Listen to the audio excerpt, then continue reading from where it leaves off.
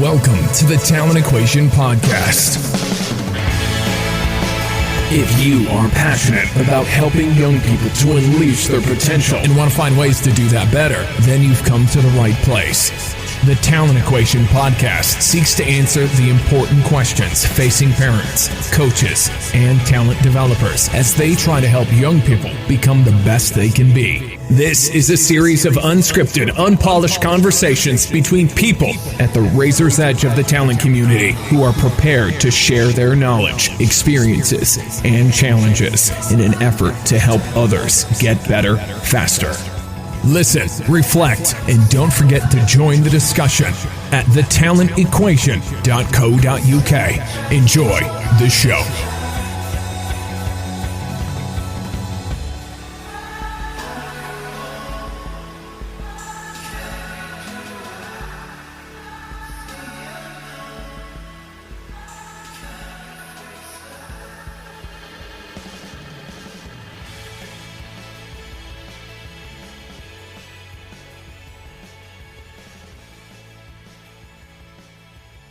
Well, exciting days. We're on the podcast with a guy I've been working alongside. Been very fortunate to work alongside with for a long time, and is I would consider to be one of the world's best in terms of skill acquisition and coaching. Ric Shuttleworth on the podcast. Ric, great to have you here.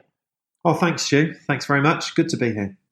Great. I know this has been a long time in the game. We've been trying to get together for quite a while and done a number of false starts, but it's great to have you on here. I mean, just for the benefit of everybody, kind of Ric and I kind of first crossed paths because we both worked for England Rugby for the RFU. Ric working in the elite department on coaching, and I was working in the talent space, working on player development, and obviously, we have an awful lot of conversations and discussions about how we can develop young rugby players. And I've been really, really fortunate and count Ric as one of the big influences on my own development and my own coaching. Ric, probably worth just giving everybody a bit of your backstory, how you kind of arrived at where you are now. Yeah, okay, Stu. It's been a bit of a journey, and I started out really early on, interested in sort of skill acquisition, but primarily coming from a coaching background. Played a few different sports when I was young back in Australia.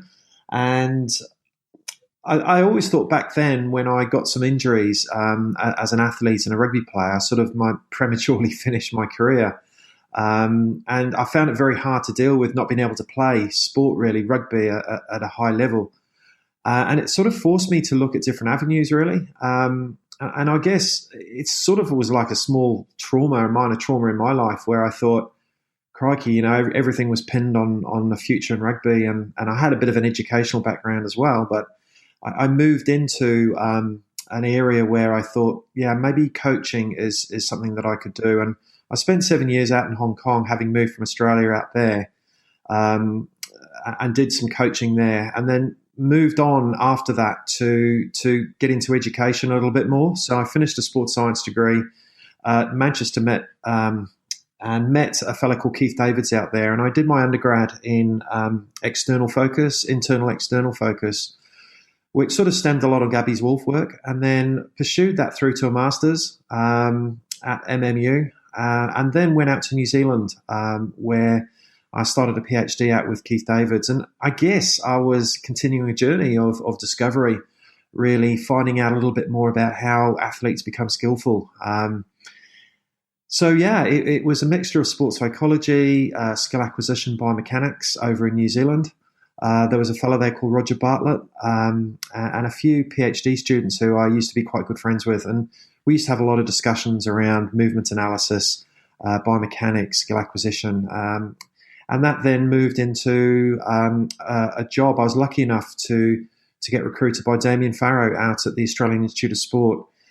And he's one of the real leaders and the co-founders of Skillac in Australia and Australasia, and probably the world as well. So I went out there and spent 6 years with him and Adam Gorman, David Mann and Melissa Hotwood. There was a few people out there who were really good to work with as a group. And that's where I really got an appetite for working with high-end coaches and national sports organisations as well. So I guess that was a big part of my career, to be honest. I questioned a lot of my own perspective and other people's perspectives, and became probably more self-aware, really, over what we were doing with coaches.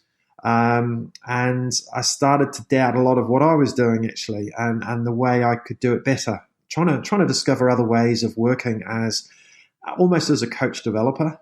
But I wasn't quite aware I was a coach developer at the time. I was a sports scientist trying to do skill acquisition with athletes and coaches.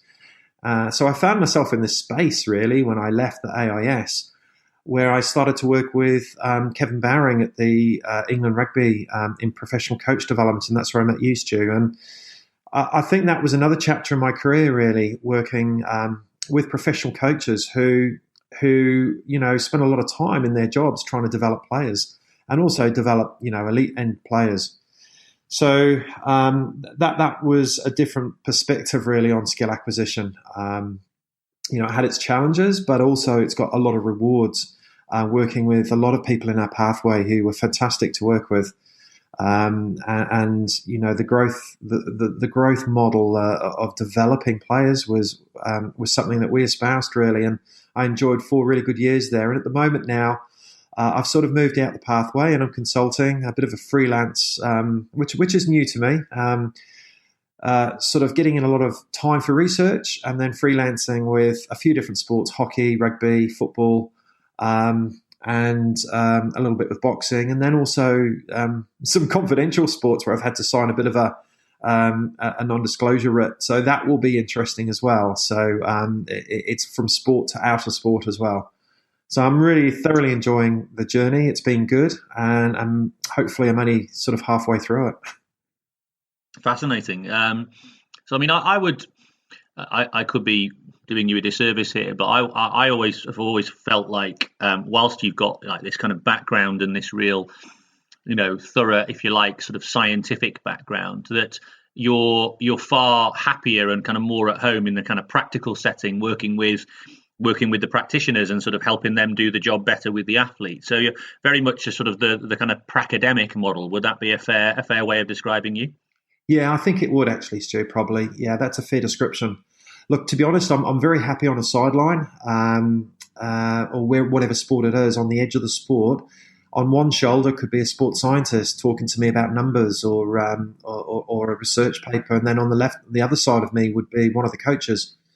Very happy in that space, and that's where I find really stimulated.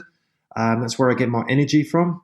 And that's where I'm most happy, I think, really. Yeah, that's probably where I like to be. I think one of the things that I don't know if I've ever told you this, but one of the things that you really opened my eyes to was I've always been, and I know you have, I've always, you're a big fan of Rod Thorpe's work, Thorpe and Bunker's work with TGFU, which was kind of like that sort of, I suppose, the before its time type of approach to utilizing a kind of a game-based model to sort of skill development, skill acquisition, or player understanding and learning. And I was always into that in my coaching, but kind of, this is pre-internet, pre-social media and all that sort of stuff, and it wasn't a great deal of material easily available at that time. So I was sort of, I felt like I was sort of like I call it the wilderness years, because I was experimenting with this model against a backdrop where kind of everybody else was very, very technically driven.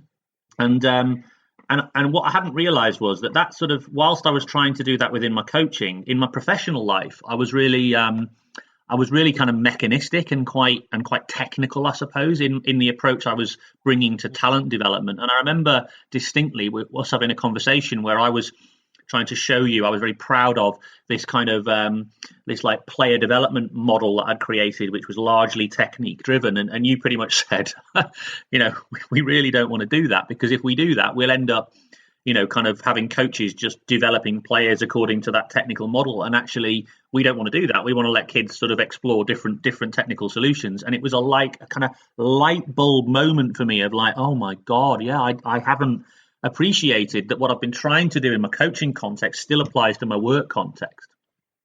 Yeah, absolutely. And those sort of discussions, Stu, look, I would probably hazard a guess you've had lots more discussions like that between yourself and people across the world now, haven't you?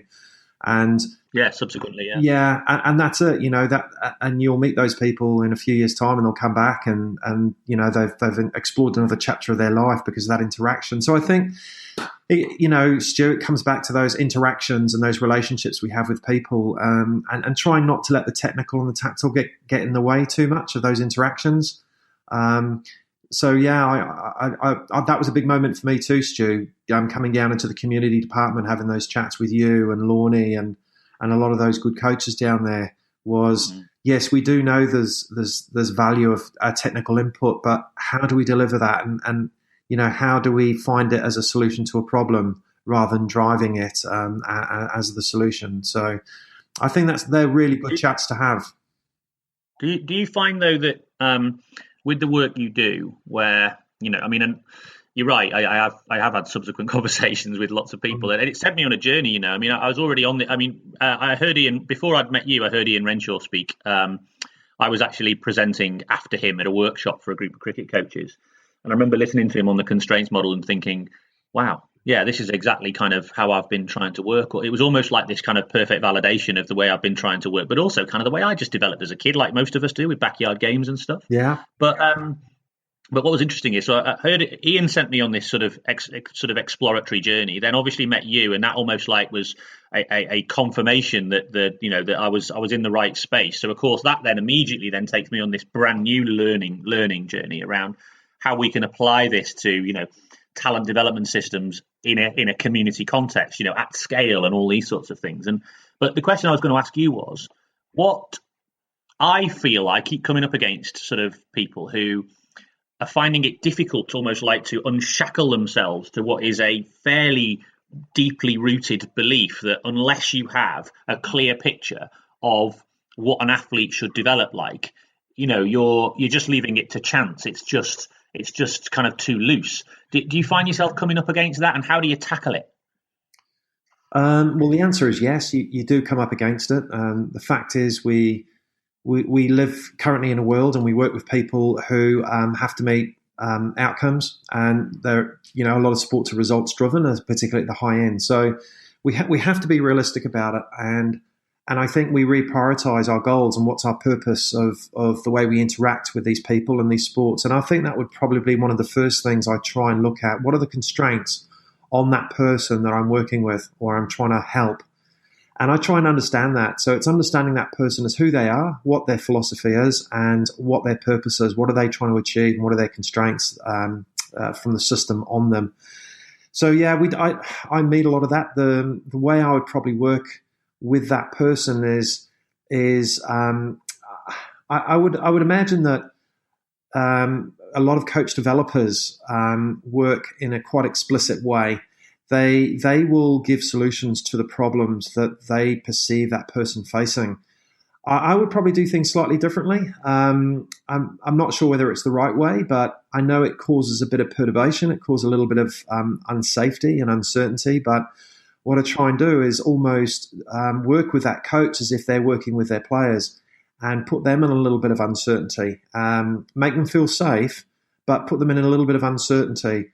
And rather than guiding them to solutions through acronyms or a stepwise model, is almost let them interact with things. And I'm there, and then I do a lot of reflecting in the moment with them, post-moment, and try and draw out the information during those interactions that are quite pertinent to that person becoming more self-aware and also becoming very vulnerable to situations. So I work pretty much on being vulnerable and more awareness and self-awareness in these moments. When they're under pressure, they'll say to me, yeah, but I need to get this by this time. And I'm saying, well, look, yeah, I understand that. But if you're trying to understand how to develop and how this person's going to accelerate their learning and development, you're going to have to stick that hat on and find out what's best practice to support the best development of that person so you can get your results. And if you're going to do that, I don't think you should compromise. And I believe that you need to immerse yourself in the moment to find out and explore different strategies. And it's obviously easier early on the pathway to do that. So I spend a lot of my time with coaches who have that ability to make time if they prioritize it. There are a lot of professional coaches who've rung me actually, and these are coaches at the high end on a personal basis saying that, look, I'm coaching my players. We've just won the competition and we're talking the top competition, but I think we can get better. I don't think we're getting the best out of our players. And those sort of conversations are not really out in the public domain, but they're there. And I think often taking the coach out of that space, out of the bubble that they're in, which is a weekly cycle, it's a grind process where they're almost repeating what they do. I think it's often good to come out of that space. It generally is in the off season or early pre-season where they start to look out, they diverge in their thinking before they converge again when they get back into their environments. And I try and draw them into those spaces.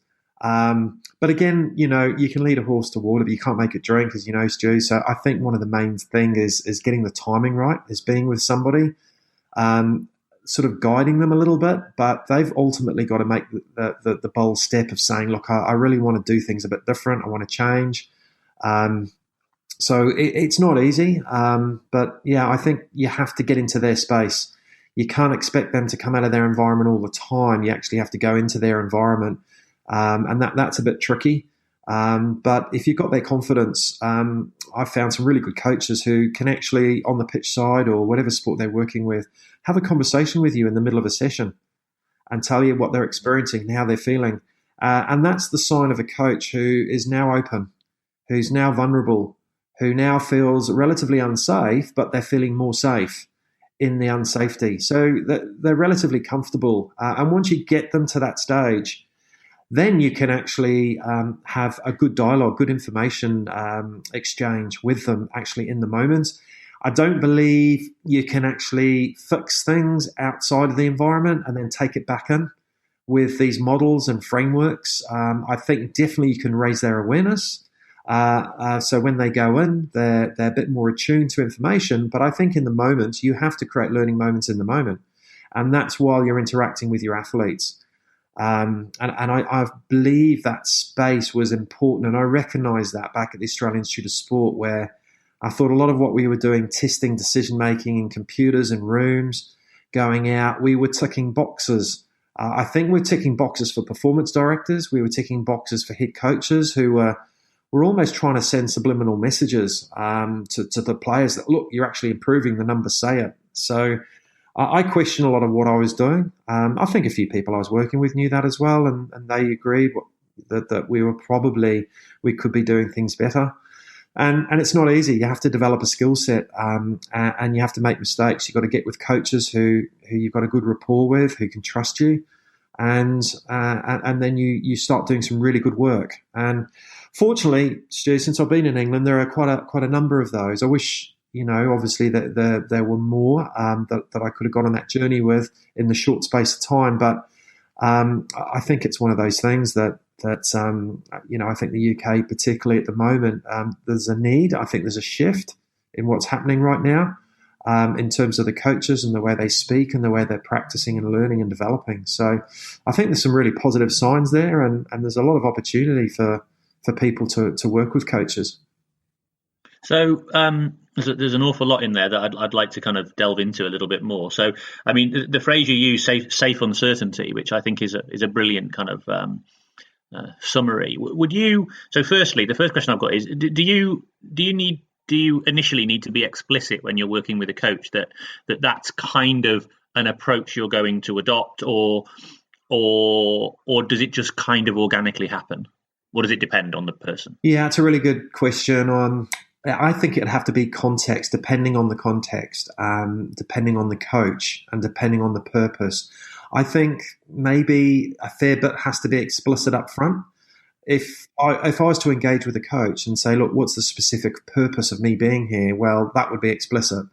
And we'd say, look, Rick, I hope you can come in and I hope you can help us with this, this, and this. And then I'd look at that and I'd sort of say, well, okay, how do I deliver some of this? How do I create moments? How do I create an environment that I can actually facilitate this and improve either the coach or ultimately the player's behaviour, which the coach is really a means to an end. So some of that would be explicit, and probably a large proportion, particularly from my way of working, would be implicit. And that's probably relating back to what I was saying before there, Stu, that I deliberately try and go down the implicit route a lot more, which is uncomfortable for people. And they're almost thinking, where's this going? But if you stick with it and you hang with people and you support them enough through those moments, they start to think, wow, yeah, I've got what you mean there. I've just seen this moment. I wasn't expecting it, but wow, I did. Just reflected afterwards, and then I saw, and then I sort of adapted my behaviour. If you go in and they're explicitly looking for those moments, I don't think they're fully authentic. I think they're looking for information which is not often there, and they're prejudging their decisions. I like people to be in the moment because I think it's them. I think it's who they are. They've got to adapt their own experiential, their own uniqueness, their past and their present into the moment, wrapped into what it is that we're looking for. And I think a lot of that's implicit. So a lot of reflection immediately afterwards, real-time feedback in the moment. And that it's a skill for a coach to be able to look across or look over at an athlete and reflect in the moment and think, wonder what I just did there. So I think, a lot of it's implicit with me. So it is post-moment. It is reflecting. To do that, the coach needs to be very, very open-minded. They've got to be able to look at themselves and be able to talk about what they did. But again, a lot of them can't remember. A lot of them think, I can't even remember what I just did there. And a lot of that's quite good because I think, you're tuned into information. You're not at too much of a conscious level. You're intuitively acting in the moment, and you let a lot of that go because a lot of players who play very well can't actually do that themselves. So I think that's a natural part of our learning, which is implicit. I'm deliberately, Stuart, trying to steer away from making everything too explicit and too sequential. If you do A, B, and C, you'll get D. Well, you could do D and then maybe a bit of A, and then you still get D in a different way. So I'd far rather reflect and look at how the coach adapted in the moment to get some outcomes and then think, well, how could we do that better next time? So ultimately, I'd like coaches to make better decisions. I don't want them to know the best decision to make before they go in. Right. And so from your perspective, one of the things I'm kind of interested in is, do you find yourself ever in sort of conflict situations where, because let's say a coach, before I ask that question, better question. So would you say that, because a lot of the people who are listening to this podcast don't have the benefit of a really high quality coach developer like yourself, so they're probably having to try and sort of muddle through and do this themselves as they go along. So I'm trying to give them some actionable takeaways here, I suppose. Okay. But would you say then that in your experiences of working with coaches, that openness to essentially safe uncertainty, and because they obviously want their athletes to work within a kind of a safe, uncertain environment, because you want to challenge them and question them and allow the athletes to sort of problem solve if they're aligned to that way of working. But then often I've found in my past that coaches are kind of, they want to be certain. They don't like to be in an unsafe scenario, because the minute they're unsafe, they feel like they're sort of not in control of the scenario. So would you say that a willingness to be vulnerable and as you say, uncertain, is kind of a key attribute of a coach that's looking to really develop their capabilities? I'd say, I would, Stuart. I'd say it'd probably be very high on my list. I wouldn't say 1, 2, and 3, but it would be a massive emphasis on being vulnerable. I'd see some of the best coaches really are vulnerable that I've had the fortune to talk to and work with. I'd say particularly over in Australia, the 3 best coaches were hugely vulnerable. When you talk to them, they're writing in a book. Or they're asking you a question when in fact it should have been the other way around, and you almost think that they don't know the answer to something, So you almost get in your mind an element of uncertainty just having a discussion with them, and that opens up so many avenues to explore and to discuss. And that is the very rich information and environment that can be created through someone being self-aware and also showing signs of vulnerability. And I think then you can really have a good foundation to move forward and to grow and to learn. So I think being vulnerable is a massive skill. It's a massive skill set for a coach to have and to work on as well. Do you find then that you're often, through the process of working with an individual, that you're having to almost develop their comfort level with being vulnerable and uncomfortable? Yeah, absolutely. So a lot of the support that I'd probably give would be during those moments of when they think it's slightly unsafe. I try and breed a safe environment where, that's when the structure comes in, when you sort of said you need to give a bit of certainty. Well, there needs to be an element of certainty, an element of intention. What is our intention? What's our purpose? So, I would definitely make things explicit, like, okay, what's today? What's the purpose of today? What are some of the desirable outcomes that we would like to see? And often you don't reach them. Often you get other outcomes. Often you explore different processes. So your outcome is actually the process. Wow, I found a different process today, but got a different outcome. But as long as you can be aware of that and you reflect on it and you can use that, therefore, in the future. So definitely I'm explicit around the purpose. That provides a little bit of scaffolding, a little bit of certainty for the person. In terms of the process, that to me is a voyage of discovery. You can go with a plan, a lesson, a particular outcome and stick to it. But I prefer to work with a coach that's a bit more vulnerable than that. Let's agree some principles. Let's have 3 or 4 principles that we go into our session with, and let's reflect in the session and post-session about how you adapted your behavior in accordance with trying to achieve some of those principles to reach the purpose. And that would be very coach-centered. It wouldn't be coach-developer-centered. It would be very much based around the coach, not thinking that they had to perform A, B, and C to get D, but how that they could mix all those letters up to get an outcome that suits them. And also suits the interaction between the coach and the players, because I'm of the belief that you can't predict behavior too far ahead. And you need to get in touch and in contact with your players and see how they're regulating their behaviors in the moment based on what you've said, based on the game, based on the rules and the interactions which are unfolding moment to moment. I think if you're in tune with that as a coach, that provides very, very rich information that can determine what you do and what you say next. And therefore, you'll get a very adaptive coach that can adjust and regulate themselves quite quickly. And if they can feel more comfortable in that space, I think they'll be more connected with the player. They're more connected in the moment, and they can make these decisions that will suit the interaction between the game, the player, the context, and themselves. And I will just cross-check that. I literally will question the coach and even sometimes the players, and just say, how did you find that? How did you find the coach in those moments? Could he have challenged you more? And I think that is just opening up really what we call sort of multiple feedback loops of information that will provide a little bit more certainty for the coach to make their next decision in that particular environment. So I think in answer to your question, Stu, provide a lot of safety for the coach, but make them feel that they can go into uncertain areas. And then what are you going to grab onto as a life raft? Well, your principles. Grab onto your principles and grab onto your athletes and be more aware and question them and find out what they're thinking and what they're looking at and what they're seeing. And that can help determine what you do next. I like to work in that space. That's a really interesting thing because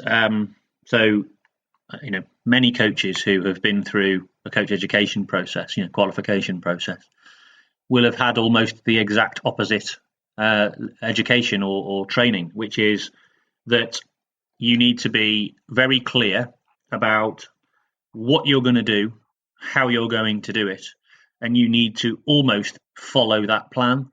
And if you don't follow that plan, then there's kind of almost like a black mark in terms of your assessment. So, this approach that you're adopting here or you're proposing here is, I think, to some will feel very alien in the sense that it seems like you can kind of go anywhere, but that's not the case, is it? I mean, no. I think they don't want people to sort of feel like that. It's much more around being very clear about purpose, being very clear about the principles of your way of working, and staying within those parameters, but allowing flexibility based on what's coming back to you from the athletes. Yeah, absolutely. That's it, Stu. It's the information that comes back from the athlete that is important there, Stu, because that feeds information back into the system and it recalibrates the system. And the system, we're talking about the interconnection between the parts, being the coach, the athlete, support staff, the environment.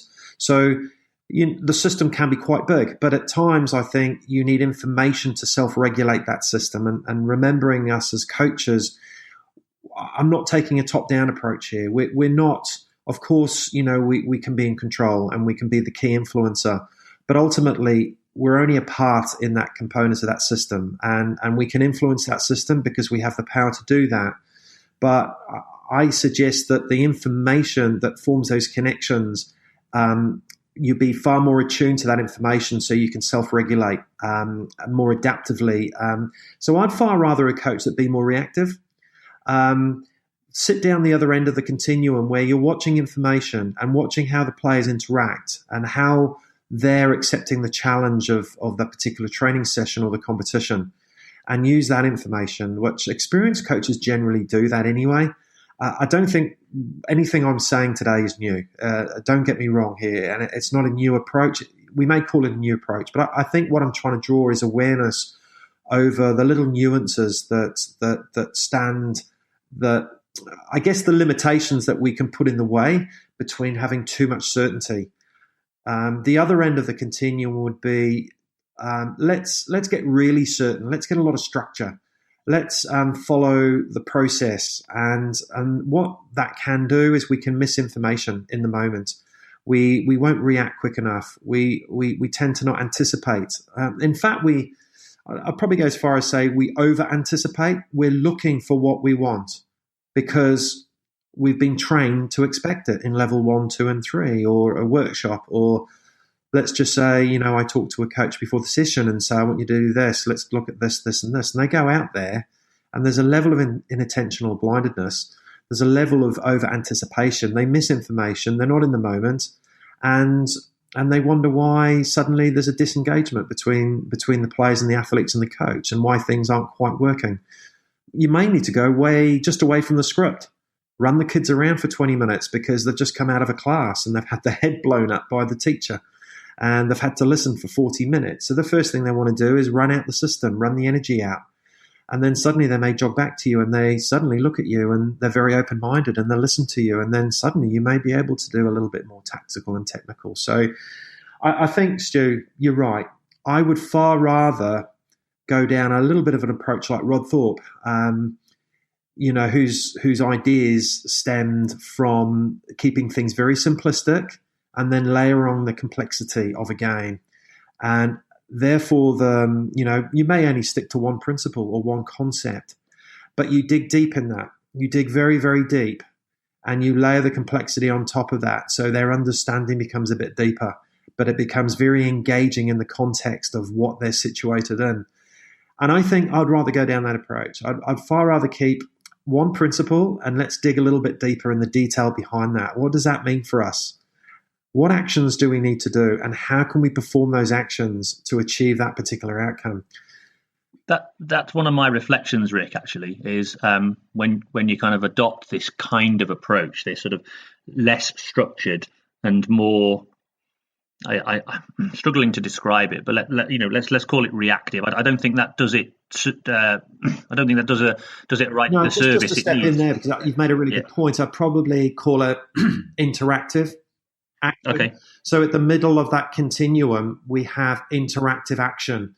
At the other end, we would have pre-planned action, which we tend to have now from the more of the cognitive psychologists, cognitive behavioral, which is trying to address behavior before it's actually happened. And then at the other end, we would have more reactive, in the moment, play what you see. You can do that. We all talk about it as a coach. We want to see it. We love those players that do that. But they're the players that can also hang down the other end. They know when it's time, let's settle into our system. Let's create a bit of stability. They're the players and the coaches that will live in that interactive zone. They love interaction. They love movement. That's where they create information to decide what to do next. And I like to work with coaches in that middle area as well. Okay, so that's the sweet spot for you then, is that it's not entirely reactive and very loose, and there's not really enough of a structure.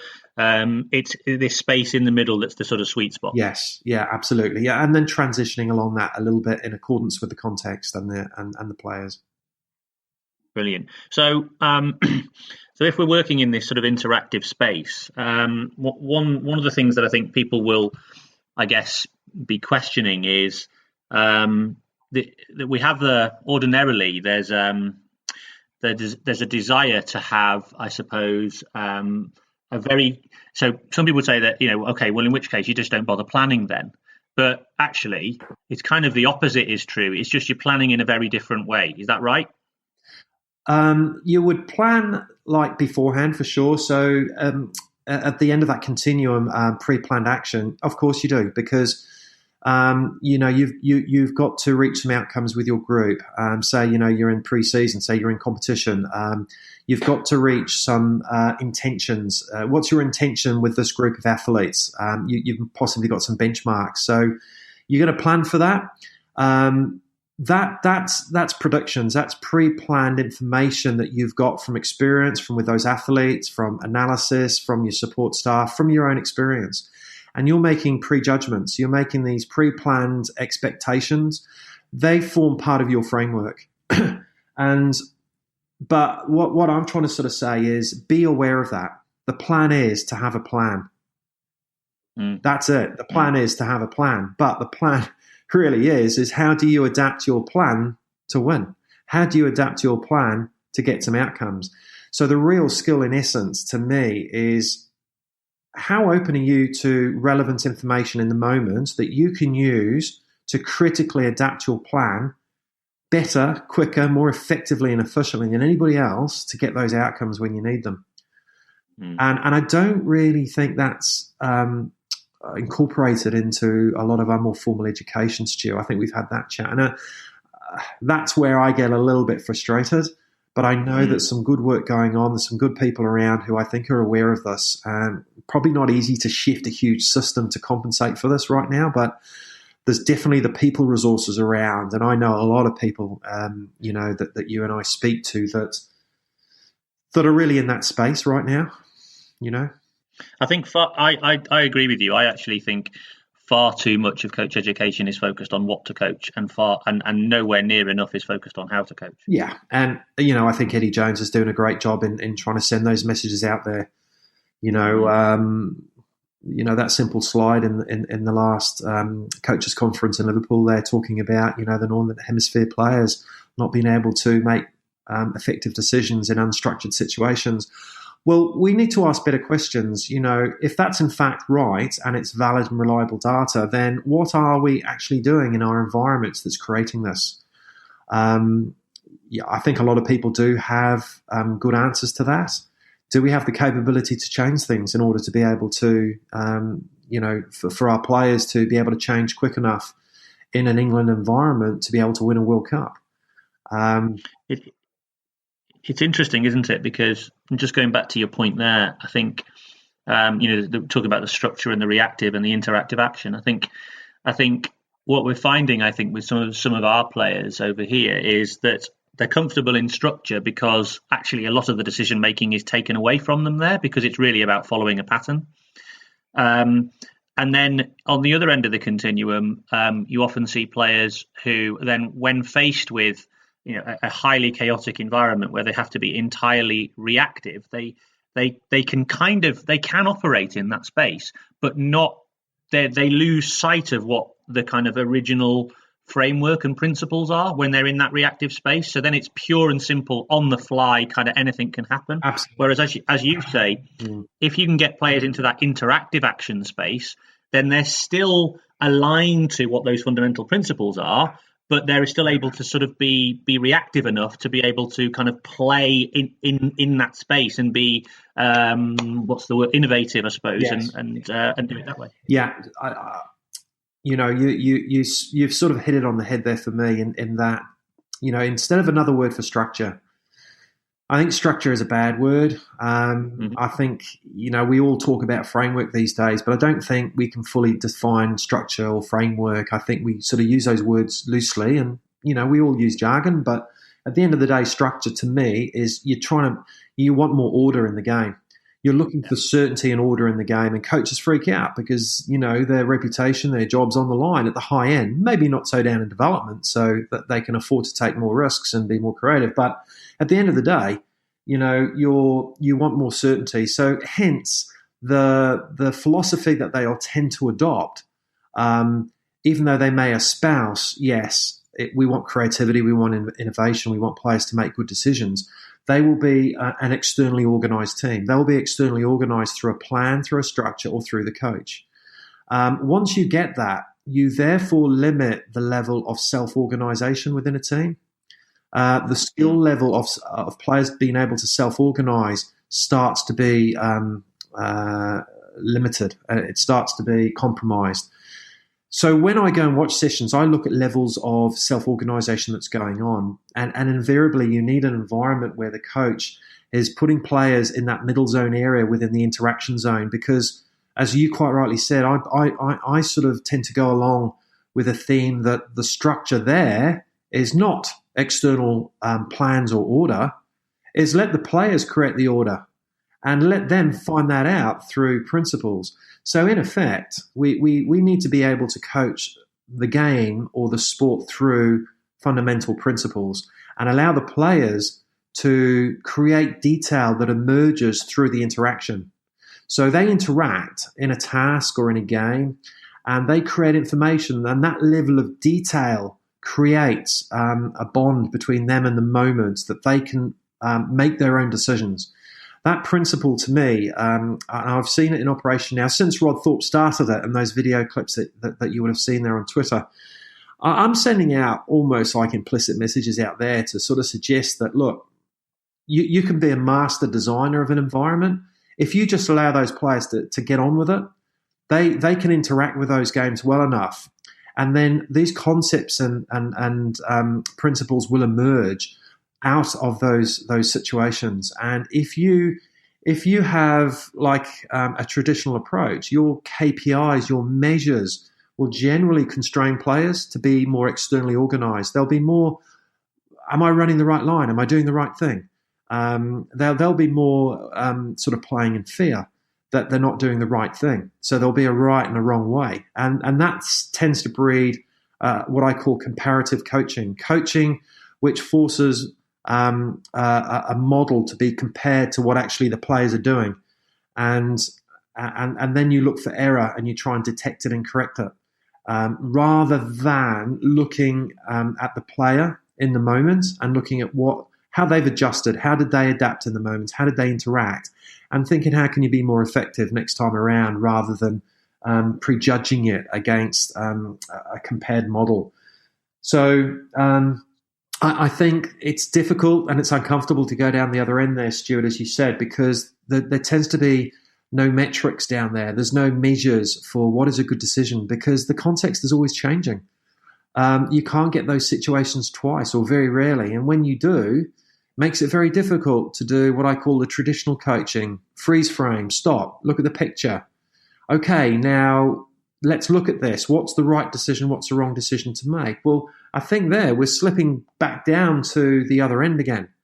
We're slipping down to too much certainty because that situation probably won't happen again, or like that picture will be. So I think in these moments that you've got to create that awareness within the players. And we've gone through a lot of strategies to be able to do that with coach development. There are many strategies to do that. And I think, I don't believe in writing them down on a piece of paper and sending them out and saying, do this, you'll get this. They have to emerge with a coach on a one-on-one in a moment when the players have interacted in a specific way. And then suddenly the coach starts to think, wow, this is the time to do this. And that is emerging. So the coach development role is emergent along that continuum as well. So you made me think of something. I had a guest on the podcast a few weeks ago, a guy called Lauren Anderson, who's a volleyball coach over in Idaho in the States. And a couple of things he said to me, which I thought were like really on point with what you were just saying there, was he said he's had to work really hard to rid himself of his own ideas of what good looks like or how things should be done. And the reason he's done that is because he's recognized that so many coaches using that comparative coaching model, they basically punish kids for not matching up to the mental model that those coaches have of what should be done. And the way they're punished is they either don't get selected or they don't get very much pitch time or court time.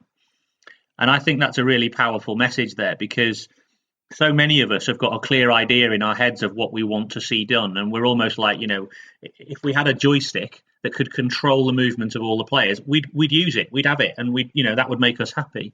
But actually, the greater joy for both the participant and for us is watching these individuals solve a problem in a novel way by giving them the safe space to be able to do that.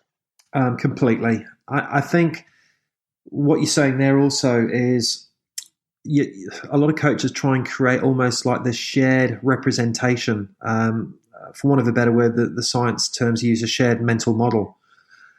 And I mean, a lot of current research looks at that from a cognitive psychology perspective. And there's some very good research out there, and there's bits you can pick out. Where I'm a little bit hesitant, to be honest, Stu, and I'm very open about this, I think it creates limitations going down this route. I don't believe we need a model to teach the game. I actually don't think we need a model. I'm even doubtful about tactical periodization to a degree. We're periodizing something. Why? Why do we need to periodize that? In fact, when we've got to look at the interactions and those emerging moments will periodize themselves. So looking at that shared sort of mental model breeds you down that comparative type coaching. We've got our expectations. The players aren't interacting in the way they should be. So the model's now being compromised and scrutinized. So we coach, and our behavior as a coach tends to reflect that model. So I'm being quite extreme there down that end to get that message across. I think a little bit more of a balanced approach that I try and take would be, you've got the other end, which is the shared affordance approach, which is more of an ecological dynamics perspective. And that would be more emergent. That would be more based down the interaction part of that continuum. And that's where I like to work with coaches, because, of course, you've got a general framework which gives you certainty over what I would call, based on the level that they're at, their skill level, the needs of the player. That, therefore, determines the framework for me. And you've got to have enough comfortableness in your own experience and the people around you to know that that's the way to go, based on good, sound evidence on maturation, growth, cognitive, skill acquisition. And I think that shared affordance model is lovely, because what actually happens is you start to realize the awareness of the player starts to pick up in the moment of how do they approach problems? How do they work functionally together? How do they coordinate themselves and self-organize themselves to achieve new processes and new outcomes to problems? The problem there is, often you don't reach your outcomes within a certain time constraint. People feel uncomfortable. Parents could be watching, and lots of people talk about this. I think everyone's aware of these sort of discussions and the pressures that are on people. But this is where you've got to be strong. This is where you've got to believe in your principles. And this is where you've got to stand for what you think's right in order for the needs of that player should come first. And not compromising that and being very strong on that. So I think coming back to that, Stu, I sometimes make coaches feel a little bit uncomfortable when I can see sometimes they slip back down that structured end of the continuum. They get afraid. They want a bit more certainty. Oh, shit, let's just paper over the crack here. I think what that does, it creates an environment where people won't stick their head above the parapet. They don't want to say anything. They don't want to do anything. They start to not be creative anymore. They don't express themselves. And I think that's the moment where you make somebody feel uncomfortable. And I think a master at it is the England rugby coach right now, Eddie Jones. And I used to use a little phrase back in England there, which was back in Australia, which was cut, bleed, and bandage. So, as much as I said I don't like using these acronyms, I think in reflection of the way I used to behave, that probably was a nice description. So you cut the coach, you cut them in the moment, and suddenly they turn around thinking, geez, Rick was saying this to me a second ago, and now he's acted in this way. So you cut them, let them bleed a little bit, and then you let them reflect in the moment, and then you come over and put a bit of an arm around them and bandage. And I think, Eddie, I want to use that example because I think a good coach will cut a player. They'll cut them on and off the pitch continually a little bit. These little digs at them, these little reminders that cut them, let them bleed a little bit, and then you recalibrate them, give them a bit of information to help them self-organize their own behavior in accordance with their own context, thinking, am I behaving in a way here that will get some outcomes and get some results? And it helps them make better decisions. You're not making the decision for the player or the coach either. You are allowing them to make their own decisions, and I honestly believe that's paramount. I could go in there and call myself a coach developer, make money, and just say, look, if you do this, this, this, and this, and repackage it and call it cold feedback, hot feedback, blah, blah, blah, it's going to work. And it probably will in that moment if you constrain the moment enough. But I believe that they should make some mistakes. I believe that they should try things when they think that solution's the right solution for the problem at that time. To do that, you've got to be hovering around that environment. You've got to be with them. And you don't know when the moment's going to occur. It may not occur that day. It may occur a week later. But when it does, from my experience, working with sailing back in Australia, when we did my feedback on my performance review, the performance review were done with the program managers at the AIS. And then suddenly, the coach was asked for feedback. The coach wrote this paragraph back to the program manager, and it basically said, Rick was with us for 6-7 months. And I wasn't quite sure whether we were going to get much yardage. And then in the boat, after about 6 months, there was a moment. And then we went over to the 2 sailors who capsized the boat. And then Rick said something, and then it just lit a light bulb in my mind, and it all went off. And he said the whole year would have been just put down to that one moment, was all worth it. And if you dig a little bit deeper in that moment, it wasn't just that one moment. It was the whole of, the way you interact with the coach and the sailors to bring about that moment created almost like a recognition within the coach that, oh, this is it. I didn't have to prejudge it. I could actually just feel it in the moment. And they start to then use words more like, oh, I feel it. I feel I've made the right decision. And you also get that from good players as well, the really skilled players. If they're sort of down at the structured end of the continuum, they will move the ball from left to right because they know it's got to do that. If you look at a good skill player, they feel the need, the ball has to go from left to right. They feel the need for it. They don't just know it has to. They feel the need, it needs to go. So, in other words, if the ball needs to go the other way against the structure and they feel it, they'll do it. Therefore, the other player won't, who's pre-planned it. They will tend to go that way. So you will get those, when I watch athletes in those moments, they will be caught in between what their mind is telling them within the structure or actually what their feet are telling them or what their eyes are telling them. And they're the athletes that go a little bit on the feel in the moment. They want to react, but they can't because they may cause a mistake by going outside of what their system is. And that's the space that I work in, is try and create some solutions around those areas working with coaches, because I feel that's probably we're creating those problems, Stuart. Do you know, it's interesting. It's interesting what you say. I mean, there's a load of things I could talk to you about here. I think your point around the skilled players feeling what needs to be done, as opposed to players going, I need to do this because this is what we've worked on and this is the pattern that we're supposed to adopt, therefore I'm going to do it. Now, obviously, that works up to a point, but the minute you start to layer in pressure, the minute you start to layer in constraints around time or what the opponent might be doing, and this, that, and the other, or an opponent that comes with a kind of a different strategy that stops that from happening, then they're lost. They haven't really got, like, this is where you talk about they haven't got the plan B, and then they go immediately. Then they go into reactive mode, and that's what a lot of coaches, they use this phrase. They reverted to type.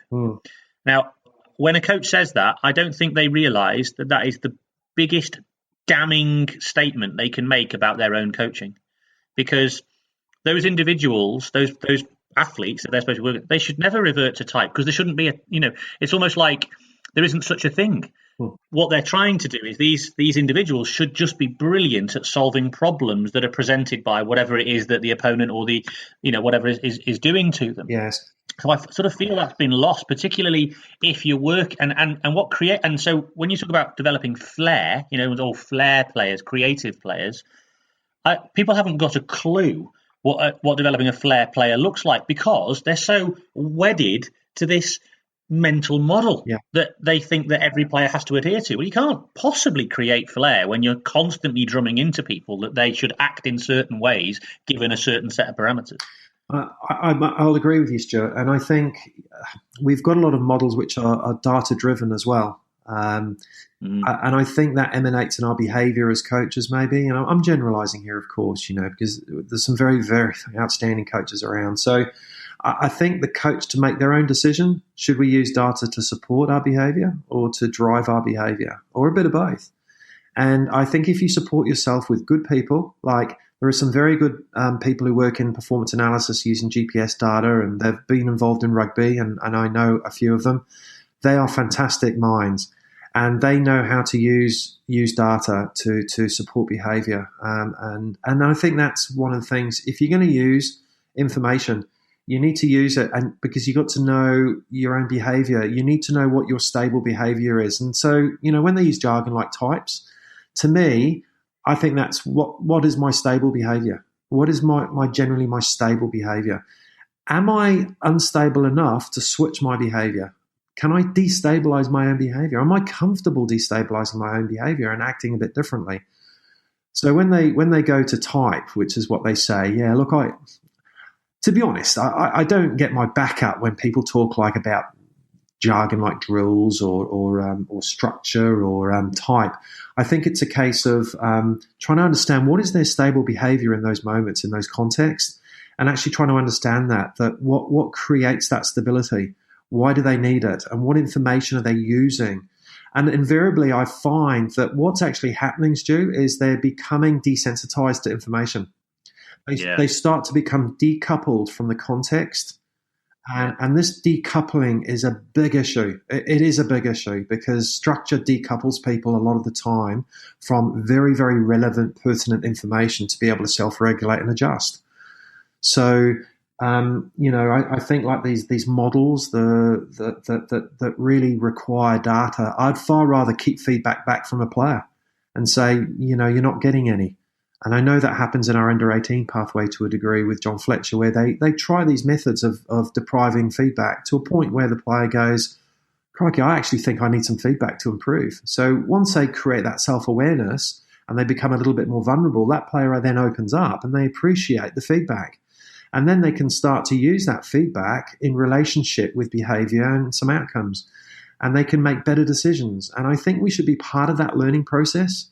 I really do think we underemphasize the power of learning at the highest end of performance, and through the learning journey as well, and really exploring some good learning principles that form the framework that we should be espousing and believing in and behaving like as well.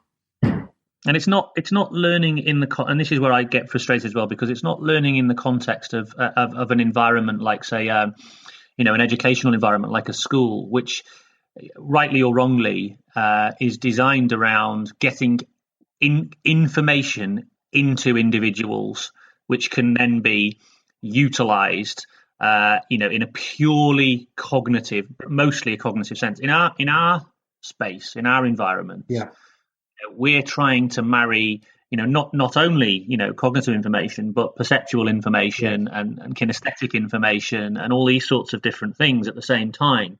So it can't be done in a purely, in my opinion anyway, it can't be done in a purely cognitive way through kind of like mental models or explicit information sharing between coach and athlete, and instruction and direction and all these sorts of things, because then that's the only source of information that the athlete looks. So that's why you get kids or young people looking to the sideline, because they're waiting for the next instruction to come on.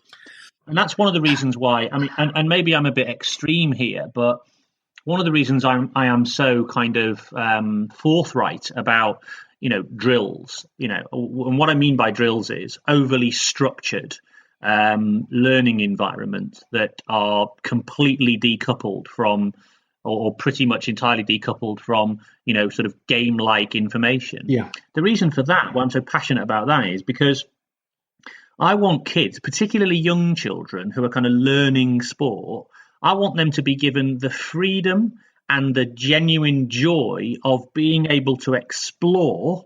There's a game here that we're playing, and I want to and explore all the different ways in which they can try and succeed at whatever the game's asking them to do.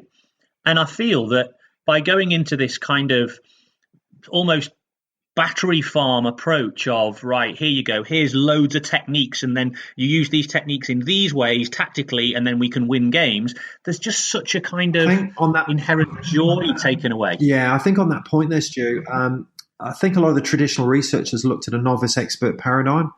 And what has tended to happen is they come out with all these findings for experts, and then what those are infused down at the novice end. So if we do this, you'll end up as an expert, basically. And I think, I was brought up with that type of research, and it looks sexy as well, because, wow, if you do this, you're going to get this. And look, there's probably some elements of truth as well. Those are characteristics of high-performing athletes or experts, but it doesn't necessarily mean anything. It doesn't reveal a mechanism on how you became like that. So for me, it's what you were saying there is about learning. Learning is about exploring, or another word is searching for information, which I really like. You're searching for information or exploring, and then you're discovering, and then you're adapting. Every session should really have all three of those. And I think we circumvent the first two. We generally will get told what to do, or we know what we have to do, and we just have to execute it. So it's rather than adapting, it's actually execution training rather than adapting and discovering something. So I would always go back to explore, discover, and adapt. And a lot of that learning, I worked through our rugby pathway here, and there was a psychologist, James Bell, and we had some great discussions, because I think primarily there was a lot of learning taking place, so-called learning, in the bloody classroom or in a hotel. The learning should take place in context, in the situation. So in effect, learning has to take place in training or in the match, and then you come out of that context, and then you start to see, well, okay, what information can we use to transfer back into the moment so we can learn better when we're back in training or back in the match? So I think there's a massive simplification process of learning that needs to take place back in context, in situ, coaching in situ. And then if you have to, go back out of the session and then do a little bit of coaching after the session or video or the next day. We also know the limitations of delayed feedback. It's quite huge. So I don't put a lot of dependency too much after the session. I think, they know what their weaknesses and strengths are. And I think they literally need to highlight, raise their own awareness about what were the missed opportunities to be able to adapt in that match or in that training session. And therefore, what were we going to do next time around to be able to exploit and search and discover and adapt those opportunities next time they come around? So with some basic principles, and as simple as it sounds, I think there's a lot of deep detail that comes out of that, which is very situational and very context-driven.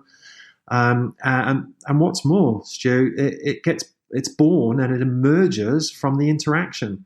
So it's got a lot of relevance. The athletes find there's a lot of relevance to it. It has a lot of meaning because it's come from the moment. And we just literally make that explicit, basically. I wouldn't put it into a model and I wouldn't formalize it. It's just basically meaningful in that situation for those athletes. And we check and challenge them based on that. So I do think that, the learning should shift a little bit more. We've overemphasized it in the classroom or in the hotel room before we go training, and there's a lot of time spent there.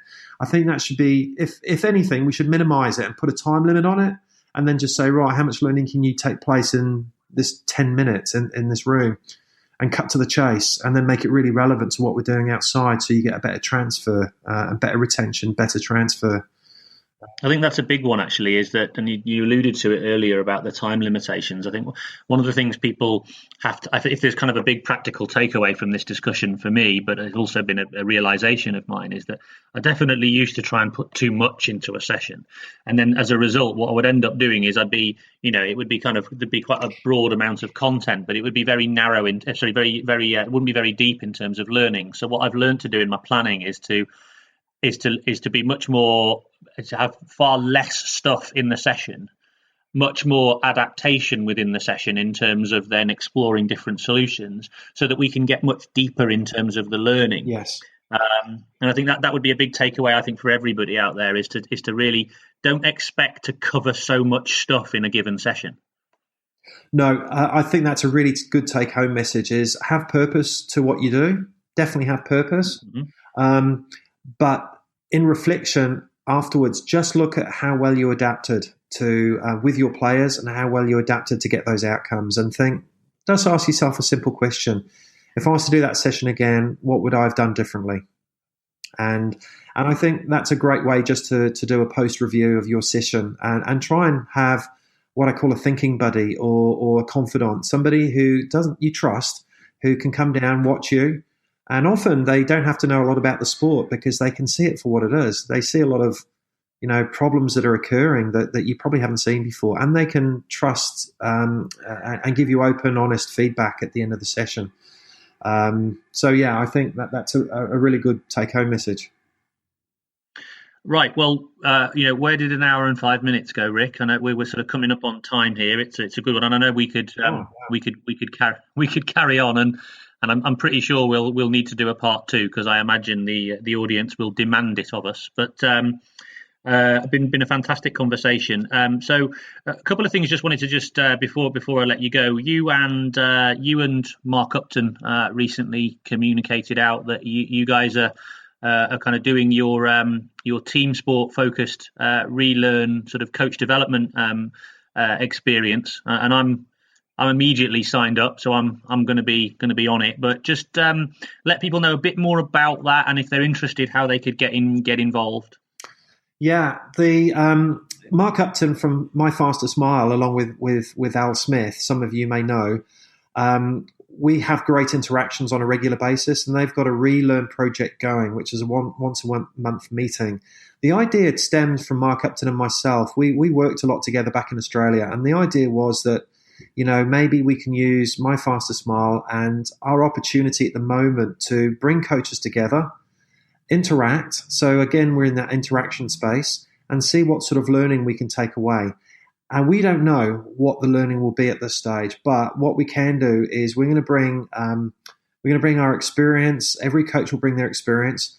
We're going to bring knowledge, and we're going to bring one-to-one meetings, group meetings, and practical visits where everybody can interact together. And there will be delegates from countries overseas as well, where we can have an online platform and we can discuss issues, we can raise solutions, and we can just generally chat about how we can improve things, development of players and performance. So I think it's going to be a great opportunity.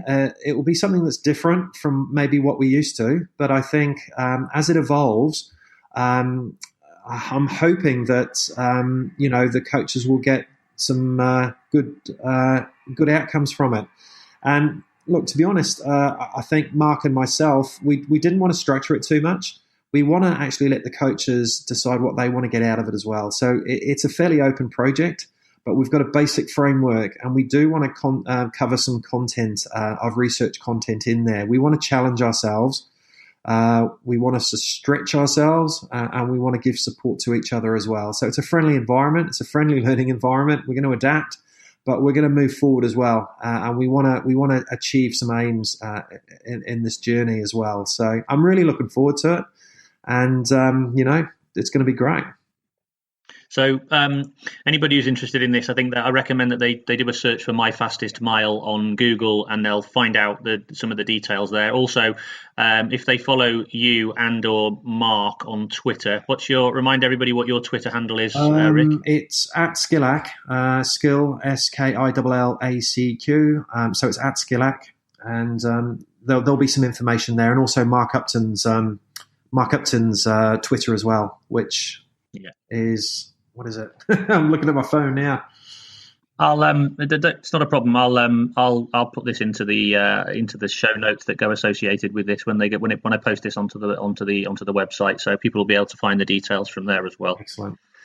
All right, Rick. Listen, it's been a fantastic conversation. I've really enjoyed it, as I always do, getting a chance to have a conversation. I feel privileged that I've been able to have this conversation, and the fact that you're willing to share your time and share your experiences with other people, I know is going to make a big difference to them. So I really appreciate that. No, I've really enjoyed it, Stuart. Thanks very much for having me on. I really appreciate it, and let's see what the future holds. Great stuff. Cheers, Rick. Thanks, mate. Cheers now. Bye-bye. Bye.